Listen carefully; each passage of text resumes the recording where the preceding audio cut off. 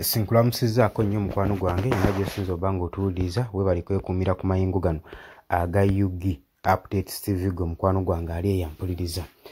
Wabula ggwe ate nawe kuba ng'otweyungako kutegeeza nti kirira wansi waliwo ekigambo subscribe kikooneko obeere nga naawe oli omu ku abo abatwegasseeko ggwe mukwano gwange ali emu abali mu diaspora mbalamusizaako nnyo.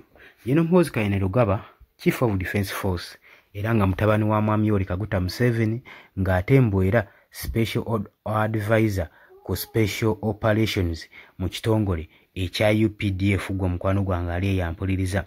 Avuddeyo era n'ateekako posti eziwuniikiriza ensi ezirese abangi ng'obwongo bwesulise nga bagamba naye CDF waffe kiki kyatukola gwe mukwano gwange ali eyampuliriza. Agambye nti nno ku posti ye eya Twitter bagenda kukola bukubirire okusobola okulaba nga Honorable Robert Kyagulanyi Ssentamu Bobi Wine nga bamuwangula asobole okuba nga ajoyininga General Muhoozi Kainerugaba.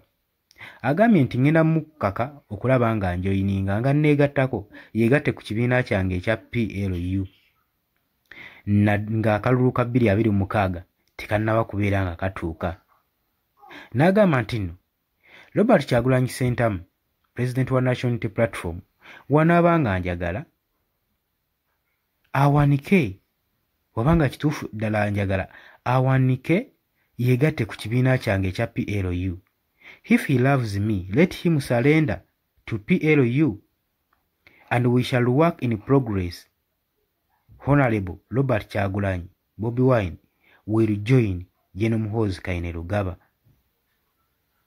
before 2026 general elections.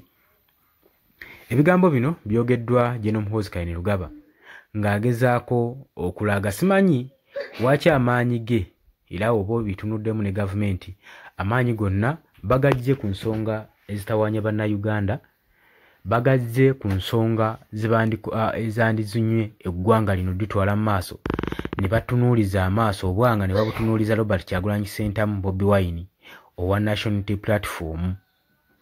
Simanyi lwaki kubanga tukkirize ddala amaanyi geekubidde mu ggwanga naddala mbyobululu era balaba nga akasajja kagenda mu maaso n'obbaleebya naye banaakola statement ezenkanawa tekijja kujjawo nti nno abantu beetaaga nkyukakyuka mu ggwanga.